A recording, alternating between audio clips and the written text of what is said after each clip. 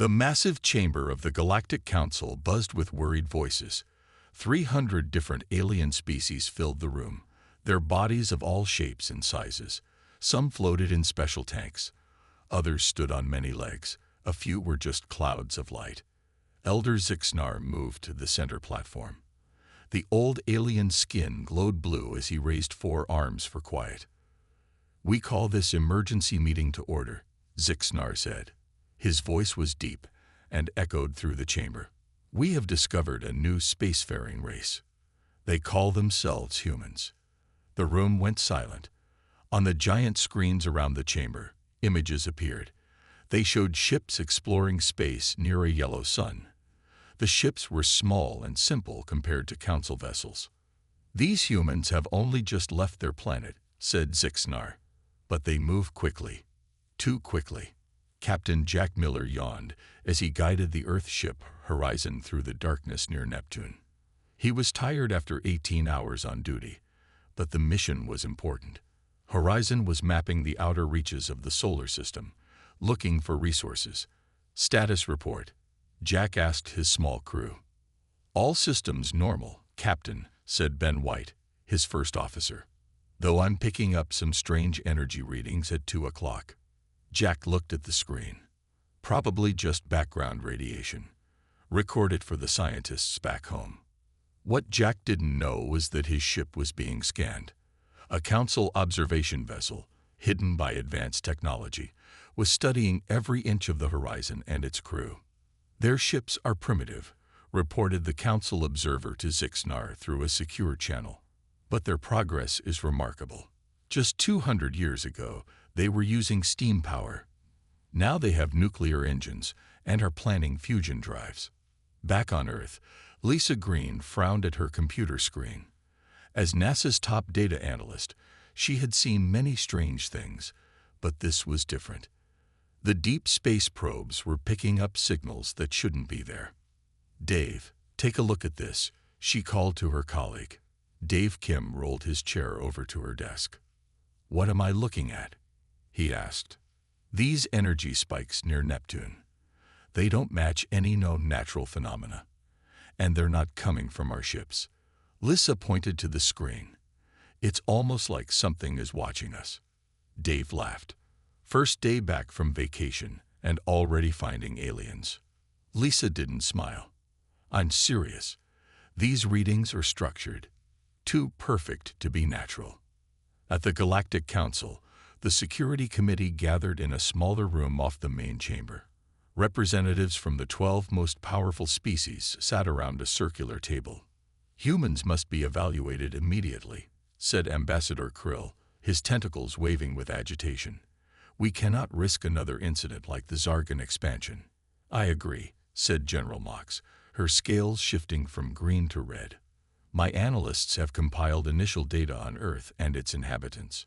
The lights dimmed and a hologram of Earth appeared, spinning slowly in the center of the table. "A water world," General Mox explained. "Oxygen atmosphere. One large moon. The humans have spread to cover most landmasses. Current population, 8 billion individuals." The committee members murmured in surprise. 8 billion on one planet?" asked Ambassador Krill. "How do they not destroy each other?" "That is the concerning part," General Mox replied. "They do try to destroy each other regularly, yet they survive and continue to advance technologically." The hologram changed to show scenes of human history: wars, cities rising, machines growing more complex with each passing century. "Most concerning is their rate of development," General Mox continued. "Most species take 20 to 30,000 years to move from basic tools to space travel. Humans have done it in less than 10,000. Ambassador Krill's color paled. "We must form a full evaluation committee immediately. If these humans reach the stars before they mature emotionally." "Exactly," said General Mox. "The Council must decide how to respond to this potential threat before it's too late." As the committee adjourned, none of them realized that humanity's future hung in the balance of their coming decision. The Galactic Council formed a special committee to study humans. 12 members from different species were chosen for their wisdom and experience. Council Representative Threll, a tall alien with gray skin and large black eyes, was picked to lead the group. "We must be thorough in our assessment," Threll told the committee. "Humans may be dangerous, or they may become valuable allies. We need facts, not fear." The committee sent small, invisible probes to Earth. These machines were as tiny as insects but packed with advanced sensors. They spread across the planet, watching humans in their natural environment. In the small town of Oakville, Frank Carter sat on his porch with a cup of coffee. The retired Army colonel enjoyed his quiet mornings, watching the sunrise over the cornfields. But today something caught his eye, a brief flash of light hovering over his neighbor's barn. Frank put down his coffee and squinted. The object moved in ways no aircraft should be able to move. It zigzagged across the sky, stopped instantly, then shot straight up and vanished. Later that day, Frank visited the sheriff's office. "I'm telling you, Joe, it wasn't a drone or a helicopter," Frank insisted. "This thing moved like nothing I've ever seen, and I flew helicopters for 20 years. Sheriff Joe Baker sighed. "Frank, you know I respect you, but we've been through this before. Remember when you thought the new cell tower was a government mind control device?" Frank's face reddened. "This was different. I know what I saw." "I'll make a note of it," Joe said, not bothering to write anything down. "Maybe lay off the late-night war movies, huh?" Meanwhile, in Washington, D.C., Susan Hall worked late in her office at the Defense Department. Scattered across her desk were reports of unusual aerial phenomena from military bases around the world. Susan wasn't part of any UFO investigation team.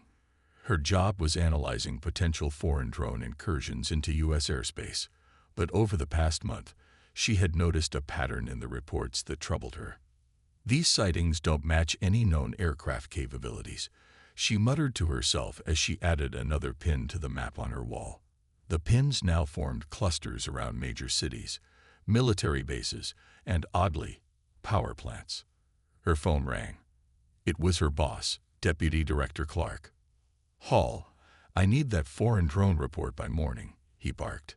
"Sir, I found something unusual in the data," Susan began. "The objects being reported. I don't need unusual, Hall. I need clear evidence of Chinese or Russian drones. That's what the Secretary wants to see." "But sir, the flight patterns and speeds being reported are beyond any known." "Beyond any drones we know about," Clark interrupted. "That's why we're investigating. Stick to the facts, Hall." After hanging up, Susan stared at her map. What if these weren't foreign drones at all? Back at the Galactic Council, the committee gathered to hear the first reports from the Earth probes. "Humans organize themselves into separate nations," explained Threll as images of Earth's countries appeared on screen. "They compete for resources and influence. They often fight wars." Ambassador Vril, a small alien with 6 arms, looked troubled. "Are they always violent?" "Not always," Threll replied. "They also create art, music, and literature. They care for their young and old. They have complex emotions." The screen showed humans helping each other after a natural disaster, working together to build a house, celebrating at a wedding. "Their contradictions make them difficult to assess," said Threll. "They can be both selfish and selfless, violent and gentle, foolish and wise, sometimes all in the same day." General Drac, a large reptilian alien, hissed softly. "Their unpredictability makes them dangerous. We should contain them now before they spread beyond their solar system." "We must not rush to judgment," Threll cautioned. "Our next step is to examine their history. We must understand how they developed and what drives them." As the committee members filed out, Threll remained, watching the images of humans going about their daily lives. These strange beings worried him. They were unlike any species the Council had encountered before.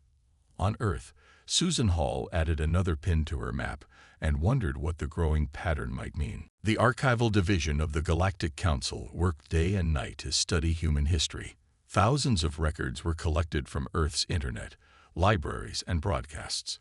The alien researchers were shocked by what they found. In the main council chamber, the head archivist, a tall blue alien named Zora, presented their findings. The room darkened as images appeared on the giant screens. Respected council members, our research into human history has revealed disturbing patterns, Zora said. Her voice was calm, but her blue skin pulsed with worry. The screen showed scenes from human wars. Soldiers in trenches, atomic bombs exploding, cities in ruins. Humans have fought each other constantly throughout their history, Zora continued. They divide themselves by borders, beliefs, and physical differences. They create powerful weapons and use them against their own kind. Many council members shifted uncomfortably in their seats. Some whispered to each other with concern. But most alarming is their rate of development, Zora said. The screens now showed a timeline of human progress. Most species take 50,000 years to advance from simple tools to basic space travel. Humans have done it in less than 10,000 years.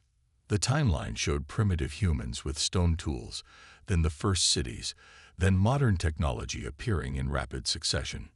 In just the last 200 years, they have gone from horse-drawn carriages to space stations, from simple guns to nuclear weapons. Their technological growth is not linear, it is exponential. Elder Zixnar leaned forward. What does this mean for their future development? Archivist Zora. If they continue at their current rate, they will achieve interstellar travel within 100 years, advanced energy weapons within 150, and technology that rivals our own in less than 500 years. The chamber erupted with concerned voices. On Earth, Professor Paul Johnson sat in his office at Chicago University. Books and papers covered every surface.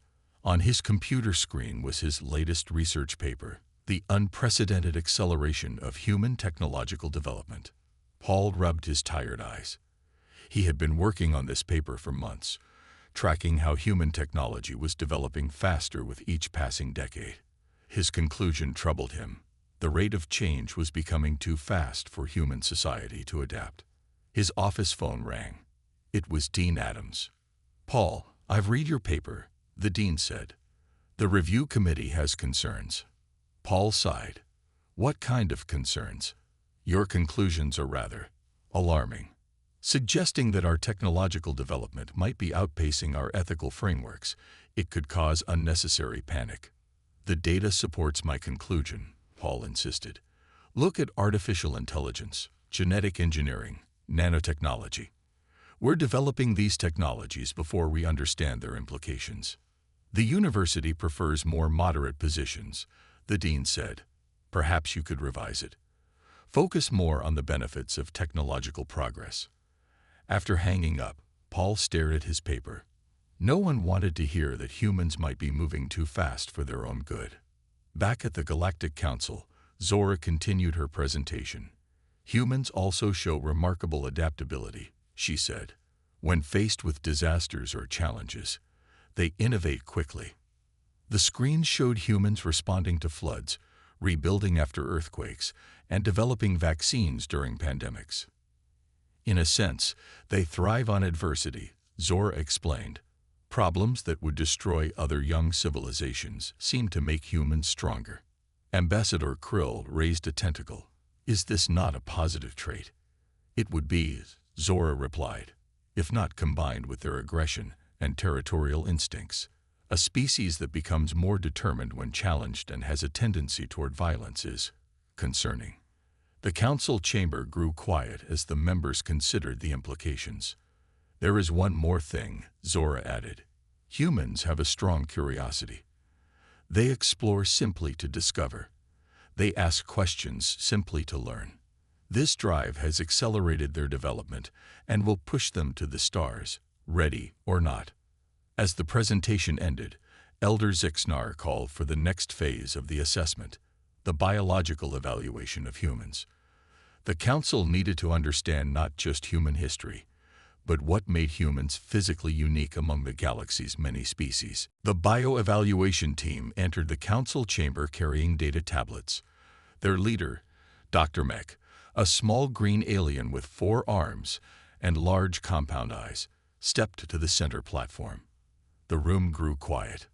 "Honored council members," Dr. Mech began, "our study of human biology has revealed several unusual traits." The screens lit up with images of human anatomy. Bones, muscles, organs, and cellular structures appeared in detailed scans. First, humans are what we call persistence predators. In their early evolution, they hunted not by being faster or stronger than their prey, but by chasing animals until they collapsed from exhaustion. The council members watched footage of human marathon runners, their bodies covered in sweat, but still moving forward mile after mile.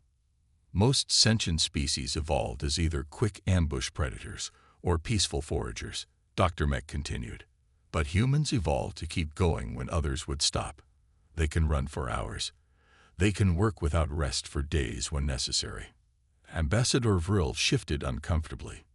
"Is this unusual?" "Extremely," Dr. Mech replied. "But there's more. Humans have remarkable pain tolerance and healing abilities." The screen showed medical footage, a soldier continuing to fight despite a serious wound, a woman giving birth, a child getting up after falling from a bicycle. Humans can function with broken bones. They can lose significant amounts of blood and survive. They can endure extreme temperatures that would kill most species, and they recover from injuries that would be fatal to many of us. "How is this possible?" asked Elder Zixnar. "Their biology is uniquely resilient," Dr. Mech explained. "Their bones can repair themselves. Their skin heals quickly. Their bodies adapt to environmental stresses. If a human survives an illness, they often become immune to it." In her lab in Colorado, Dr. Mary Wilson reviewed her latest test results. As head of the Human Performance Research Center, she studied how the human body adapted to stress and recovered from injury. Her current project focused on how quickly soldiers could return to duty after different types of injuries. The military wanted to know how to speed recovery times. "These results don't make sense," Mary said to her assistant, Ryan. She pointed to a chart on her computer. "According to our previous models, these recovery rates should be impossible." Ryan looked over her shoulder. "Maybe the models are wrong.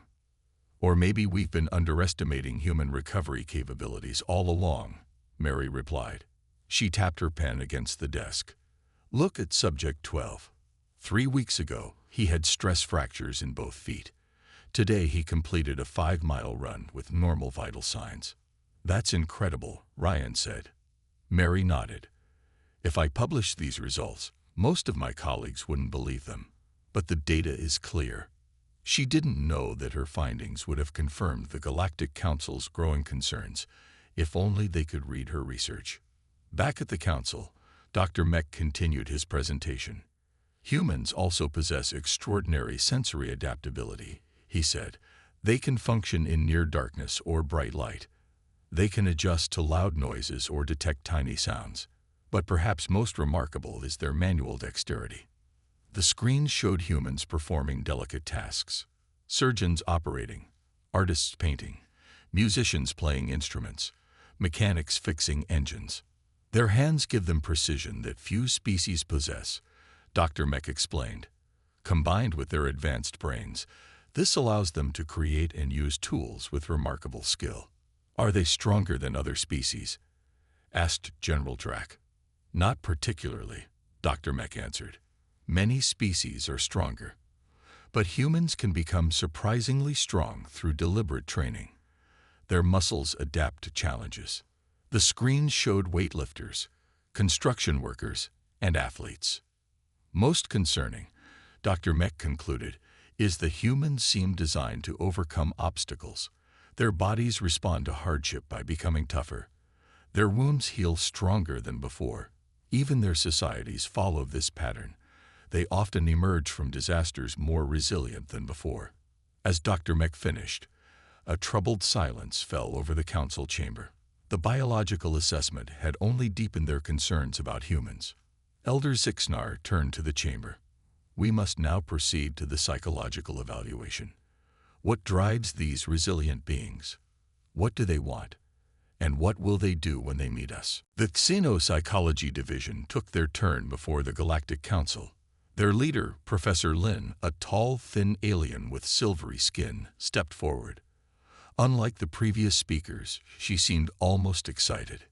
Council members, Professor Lin began, our psychological assessment of humans has been fascinating and troubling.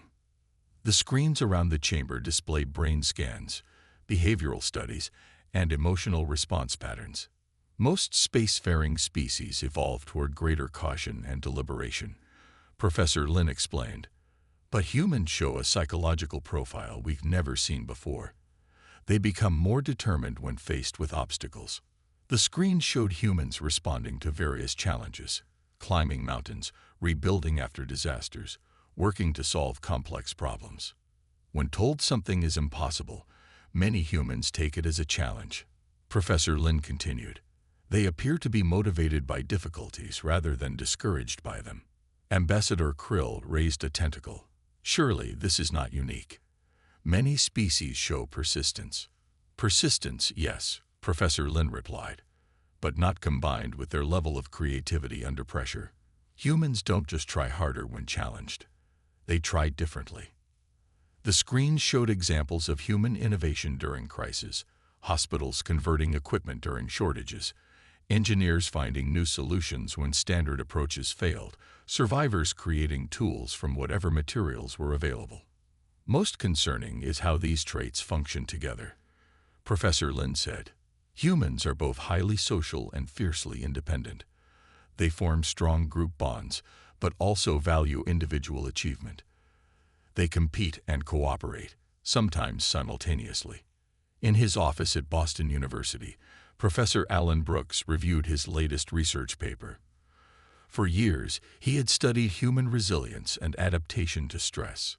His new theory suggested that humans had evolved to become more innovative when under pressure, a trait he called adversity creativity. What do you think? Alan asked his graduate student, Olivia, who was reading his draft. It's compelling, Olivia said, especially the historical examples. The moon landing happened because of the Cold War pressure. Some of our best medical advances came during wars. Alan nodded. That's the paradox. Some of our worst moments have led to our greatest innovations. It's like we need pressure to reach our potential. Do you think this trait is unique to humans? Olivia asked. Alan shrugged. Without meeting aliens, how would we know? If only they knew that across the stars, aliens were asking the same question.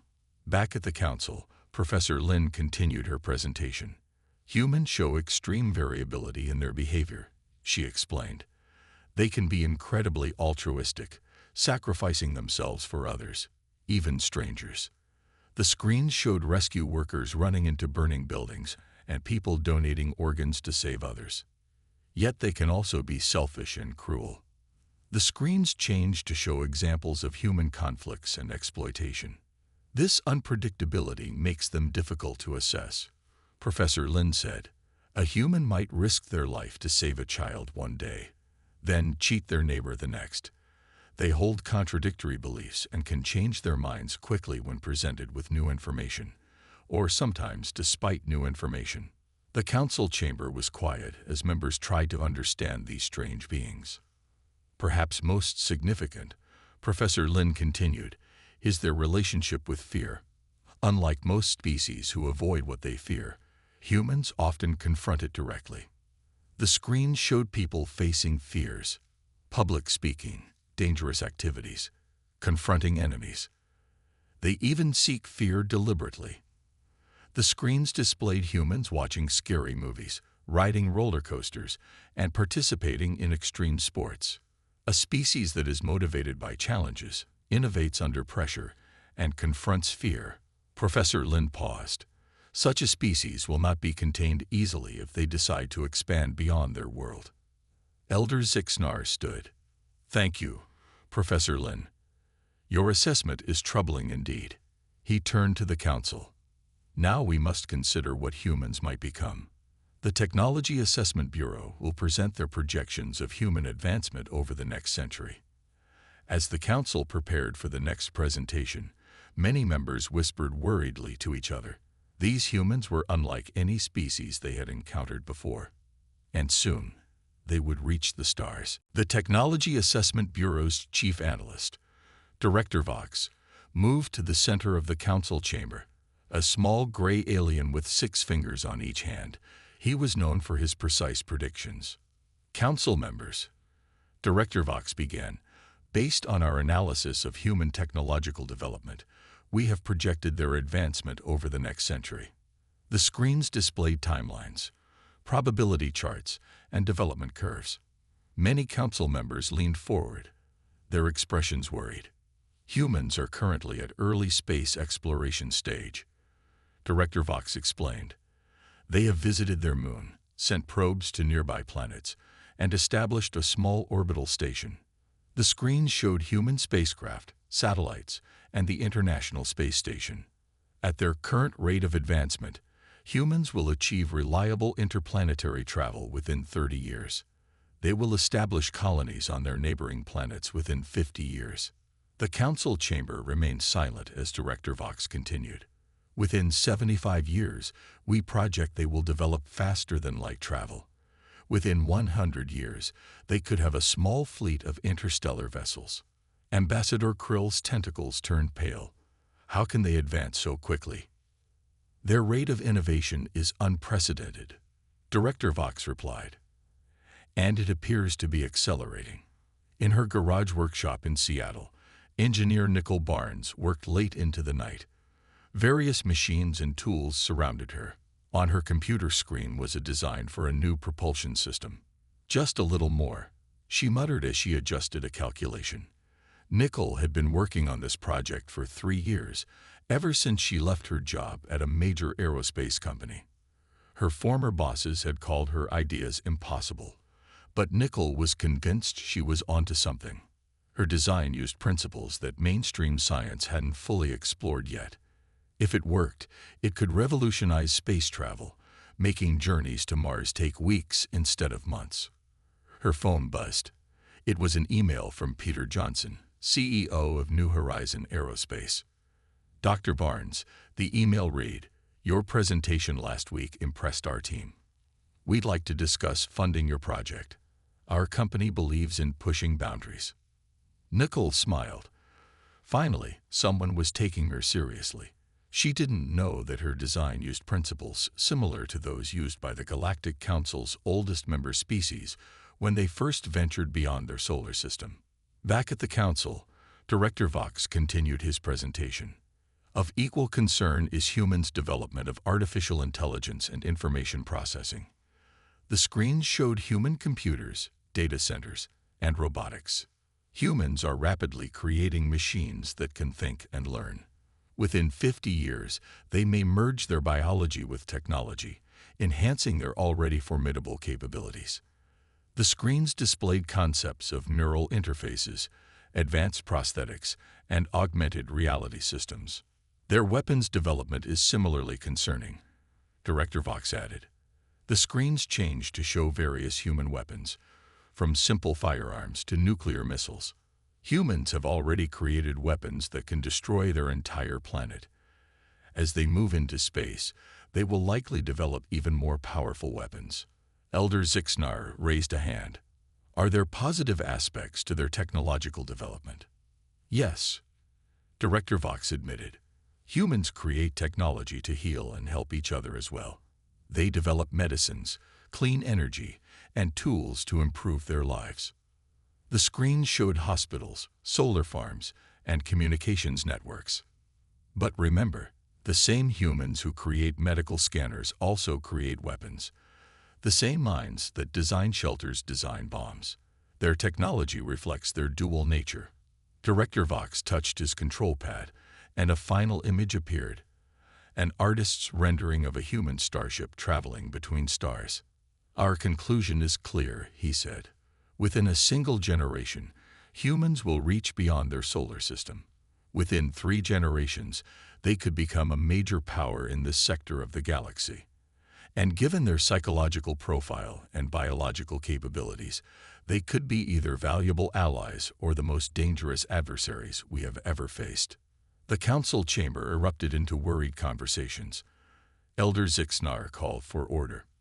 "We must now debate our response to the human question," Elder Zixnar announced.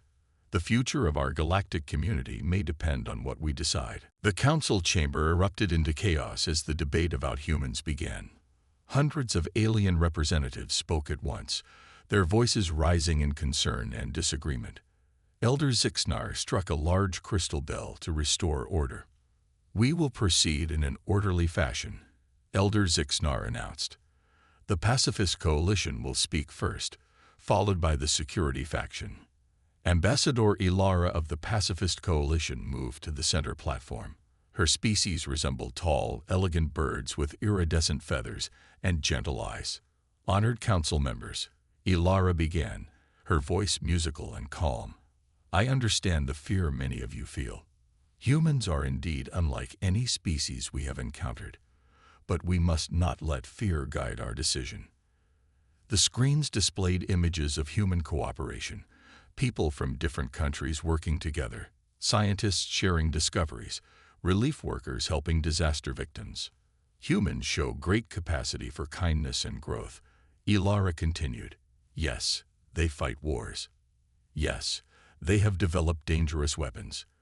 But they also create art that moves the soul. They care for the weak.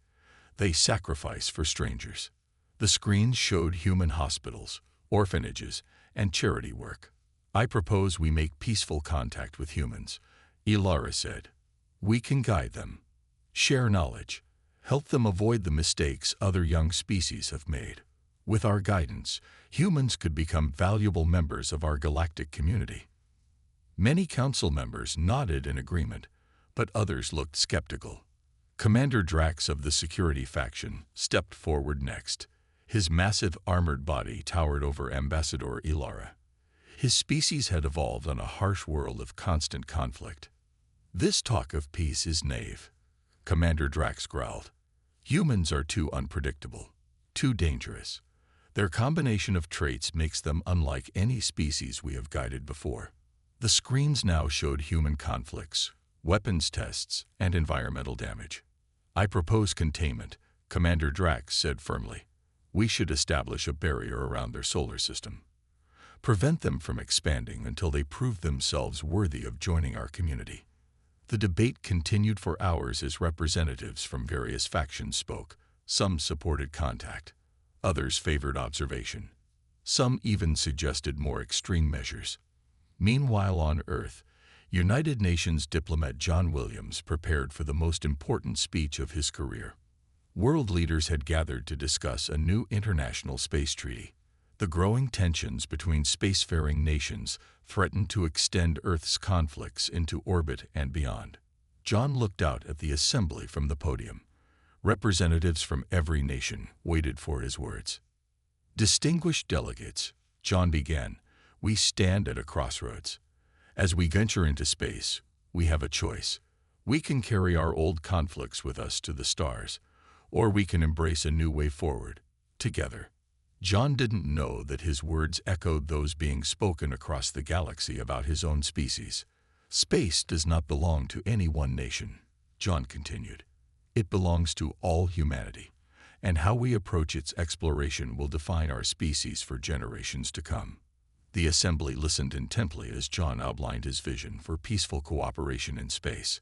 His proposal included shared research, open communication, and mechanisms to prevent weaponization of space.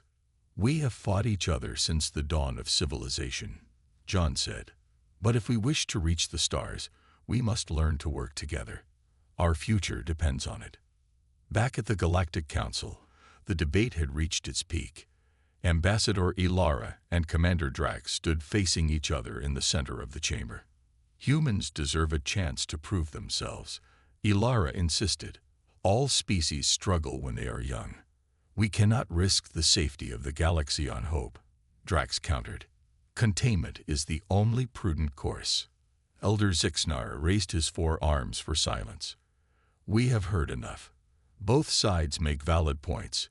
Humans show great promise and great danger. Tomorrow, we will vote on our response to the human question. As the council session ended, many members continued to discuss the issue in small groups. The decision they would make would affect not only humanity's future, but the future of the entire galaxy. The final day of the Galactic Council's emergency session arrived. All 300 species had representatives present. No one wanted to miss this historic decision. Elder Zixnar stood at the center platform. His blue skin glowed faintly in the chamber's dim light. Before we vote, Elder Zixnar announced, "Let us review what we have learned about humans." The screens displayed images from the previous presentations: human biology, psychology, history, and technology. Humans are physically resilient, psychologically determined, and technologically advancing at an unprecedented rate, Elder Zixnar summarized. They are capable of great violence and great compassion. They are unpredictable yet adaptable. The council members watched in silence. "We have 3 options before us," Elder Zixnar continued. First, immediate contact as proposed by the Pacifist Coalition. Second, containment as proposed by the Security Faction. Third, continued observation with no action at this time. Elder Zixnar raised his 4 arms. Let the vote begin. The voting process took nearly an hour. Each species had 1 vote, registered through the Council's secure system. As the votes appeared on the main screen, it became clear that none of the 3 options had a clear majority. Ambassador Ilara and Commander Drax watched anxiously. The future of human relations with the galaxy hung in the balance. When the final vote was tallied, Elder Zixnar looked surprised. He conferred quietly with other council leaders before returning to the center platform. "The results are unprecedented," Elder Zixnar announced. "For the first time in the million-year history of this council, we have created a new category of response." The chamber buzzed with whispers. By a narrow margin, the council has voted for a modified containment approach. Elder Zixnar explained. "We will establish a barrier around Earth's solar system, not to imprison humans, but to protect them from outside influences while they mature as a species." The screen showed plans for an energy field that would surround the solar system, invisible to human detection.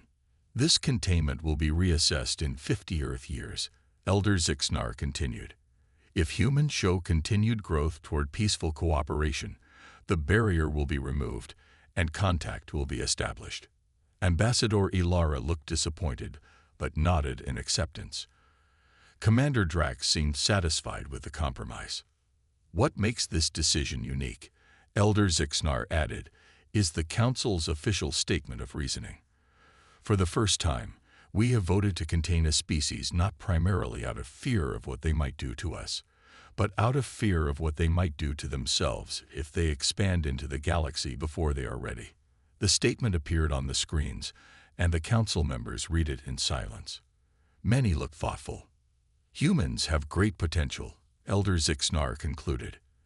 "They may one day become leaders in our galactic community, but they need time to mature. Time to overcome their divisions, time to channel their remarkable traits toward creation rather than destruction." The council session was officially closed. The containment barrier would be constructed immediately. On Earth, amateur astronomer Diane Foster stood outside her rural home in Montana. It was just before dawn, and the stars still shone brightly in the clear sky. Her telescope was pointed toward the outer edge of the solar system. Diane loved watching for comets, asteroids, and other celestial events. This morning, she hoped to observe a particular alignment of Neptune's moons. As she looked through her telescope, Diane saw something strange. A faint ripple of light seemed to pass across her field of view. It lasted only a second, but it was unlike anything she had ever seen before. Diane made a note in her observation journal. "Unusual light pattern observed near Neptune. Possible atmospheric disturbance or equipment error. We'll check again tomorrow." She had no way of knowing she had witnessed the first stage of the containment barrier being established around Earth's solar system, humanity's first encounter with alien technology, though they wouldn't recognize it as such. As the sun began to rise, Diane packed up her telescope. She wondered what new discoveries tomorrow might bring.